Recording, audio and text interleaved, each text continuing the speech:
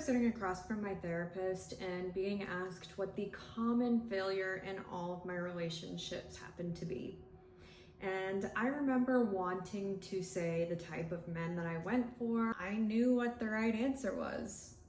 It was me. Hi, I'm Paige. Welcome to my channel, or welcome back to my channel. I survived my low standards era and married my person. Now I help other women find love that is rich in every way without feeling sorry about it. This is the most personal video I've made on this channel, but I think it's important to share because everything that I teach comes from this realization and this experience. There was a point in my life where I listened to all of these people on the internet that you might be listening to that talk about how trash men are and how you just have bad taste in men. Men are so emotionally unavailable. Men are inconsistent. Men don't know what they want. And I thought me and every other girl were all victims in the bad string of men in this dating pool. And that's only partially true. Some of these men out here are genuinely not it. But our patterns, the fact that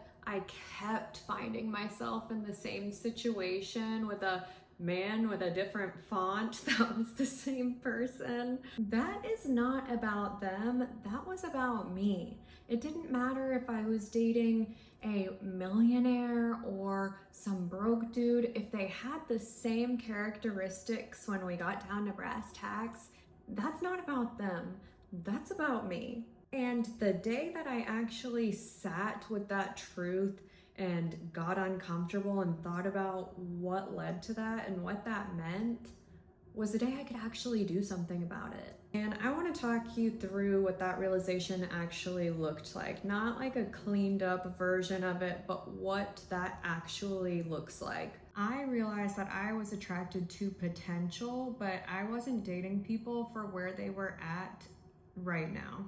And like I said, whether it was a multi-millionaire or someone who just worked a 9 to 5, I was always seeing what they could be and not what they were today. And you have to date people with who they are today. You can't date who someone might be in 5 years. I would meet a man who showed me 40 red flags, but I would take all of the best moments and the highlights of what he said and build a future based on the best moments and stated intentions instead of actions. He said he wanted something serious. He said he was working on himself. He said this is what he's building. Oh, things will be different whenever X happens. I can't wait until I get this promotion. Oh, but I have another job lined up that I'm so excited for. Whenever I get a new car next year, then I want to go do blah, blah, blah. And I often believed the narrative that was being built and not the data that I was collecting in real time. And the real problem with dating potential is you're dating someone who doesn't exist. And you're constantly frustrated because the idea of the person you have in your head is not the person who's standing in front of you. And that is not their fault. You have to take accountability for the reality of the situation, not what you've thought it should be.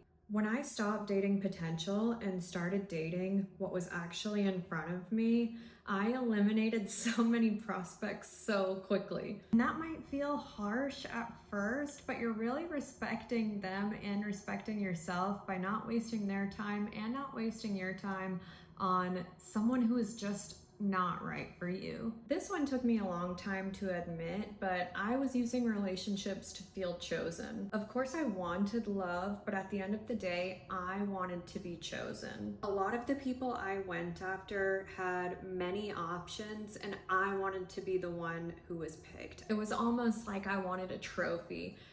All of these people want you, but I'm the one that you choose. And whenever you operate in that need to be chosen, you end up tolerating a lot more than you should because you've already put someone up on a pedestal and you think that you've won something, therefore Why would I give it up? Because you feel like if you give it up, then you're being unchosen. And being unchosen for me felt like some sort of evidence that there was something wrong with me. Obviously, that's not a healthy foundation for any relationship. Your emotional stability is tied to whether or not this person is going to be emotionally consistent today. You've given up all of your power. You've handed someone the power to your happiness. And unfortunately, a lot of men feel that. It might not even be consciously, but subconsciously, they know they have the power to decide what kind of day you have.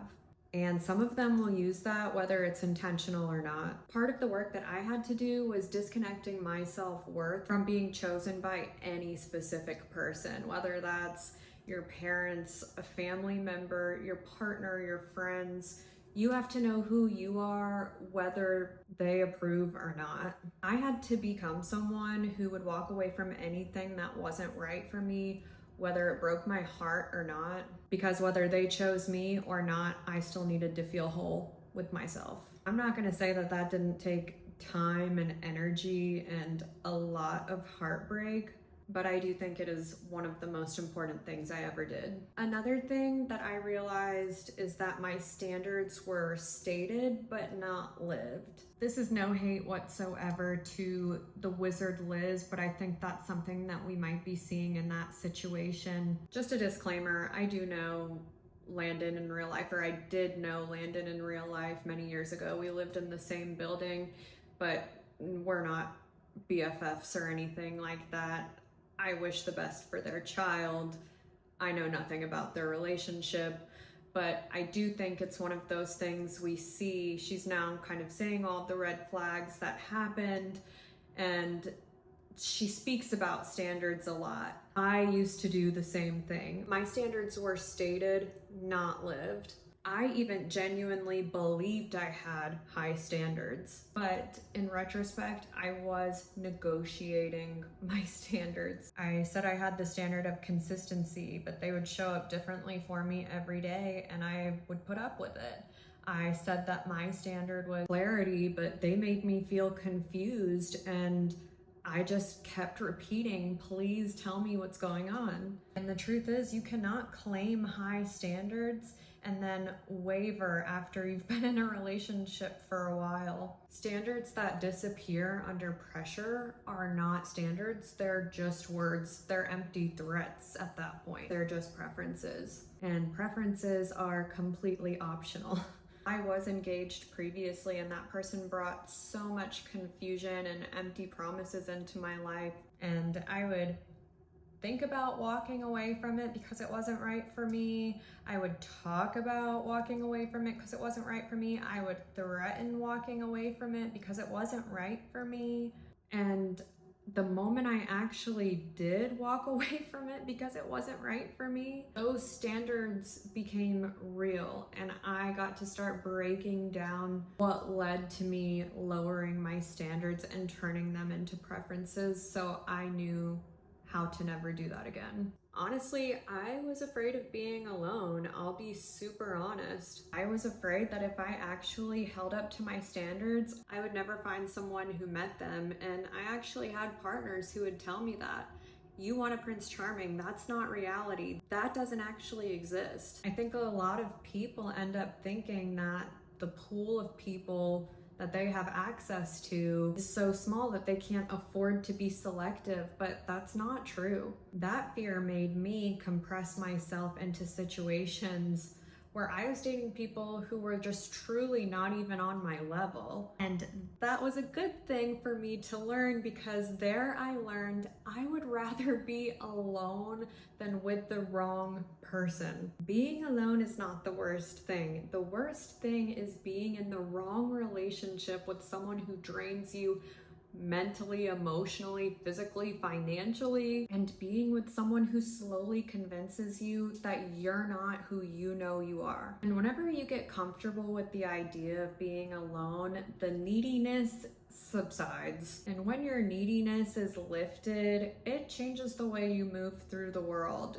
You're not in some desperate situation to be with someone. And if you ask successful men, good partners, people worth being in a relationship, there is nothing more magnetic than a woman who wants you but does not need you. She would very much enjoy to be in your presence, but she does not rely on you to complete her. So what I actually changed is I stopped interpreting red flags as a challenge to be overcome or red flag holders as a trophy to be won. I just started collecting data.